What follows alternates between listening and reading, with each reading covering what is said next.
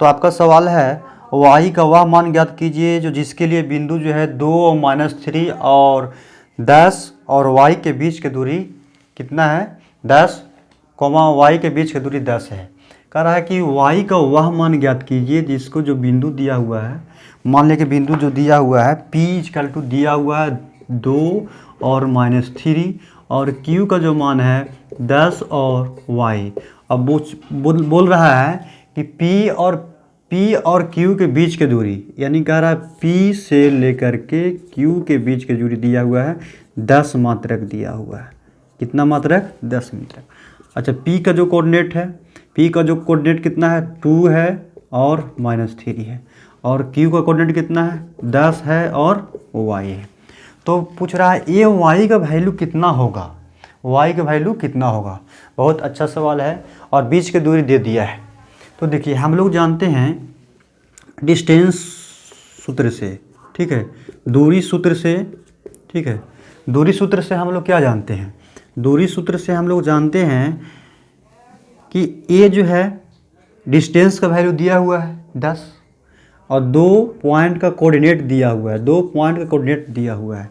तो हम लोग PQ = यदि हम लोग लिखे तो क्या हो जाएगा, √ ये फार्मूला सबसे पहले लिख दीजिए, x2 - x1 के whole square plus y2 - y1 के होल स्क्वायर। ये तो डिस्टेंस फार्मूला होता है। इसको यदि x1 माने, इसको x2, x1 y1 x2 और y2 माने तो क्या हो जाएगा। तो PQ की जो लंबाई दिया हुआ है 10 दिया हुआ है।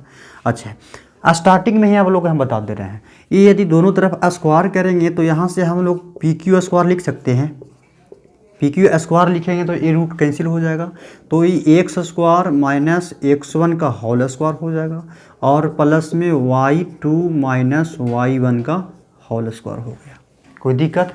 चलिए, अब PQ का वैल्यू कितना दिया हुआ है 10 दिया हुआ है, इसको होल स्क्वायर कर दीजिए और x2 का वैल्यू 10 दिया हुआ है और x1 का वैल्यू 2 दिया हुआ है। अब इसका होल स्क्वायर प्लस y2 का वैल्यू कितना दिया हुआ y और y1 का वैल्यू -3 है, ऑलरेडी यहाँ पे माइनस है तो माइनस माइनस क्या हो जाएगा प्लस और इसका हो गया होल स्क्वायर और 10 का होल स्क्वायर 100 हो जाएगा। ये 8 घटेगा तो 8 हो जाएगा, इसका होल स्क्वायर करेंगे तो 64 प्लस a प्लस b के होल स्क्वायर पर तोड़ देंगे तो a प्लस b का होल स्क्वायर क्या होता है a² प्लस में b² प्लस में 2ab ये होता है। तो यहाँ पर चूंकि लिखना भी है कोष्ट में तो लिख सकते हैं आप लोग a प्लस b के होल स्क्वायर बराबर ये फार्मूला लगाएं a² plus b² plus 2a into b, ये वाला फार्मूला का यूज किए हैं। तो ये आपका हो गया 100 = अच्छा इसको घटा लीजिए ना, ये आपका 64 घट जाएगा, माइनस में हो जाएगा 64 और तो ये कितना हो जाएगा y² प्लस 9 प्लस 6y हो गया। 64 घटाएंगे तो आपका 36 हो जाएगा। अब एक और प्लस में है तो इधर आ जाएगा माइनस में और ये हो जाएगा आपका y² प्लस में 6y और घटाएंगे तो कितना आ जाएगा, घटाएंगे 36 में से 9 घटाएंगे तो कितना आ जाएगा, ये आपका हो जाएगा 27 बराबर y² प्लस में 6y। अब यहाँ पे आ जाइए, थोड़ा सा स्पेस नहीं है तो चलिए इतना तो कोई दिक्कत नहीं है। अब देखिए ये प्लस में है तो इधर चला जाएगा माइनस में और इधर टर्म हो जाएगा 0। तो इसको यदि हम लिखे तो y² plus 6y plus 6y minus plus है तो माइनस 27 बराबर 0।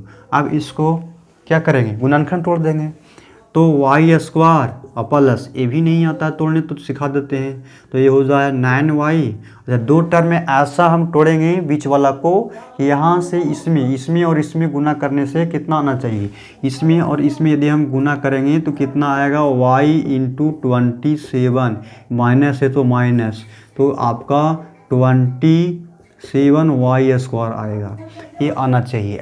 दो टर्म में तोड़ना है तो क्या हो जाएगा -9 प्लस 9 और ये हो जाएगा -9। अब +9 और -9 कैलकुलेट करेंगे तो 6y आएगा, गुना करेंगे तो 9 × 27 प्लस माइनस माइनस आ गया।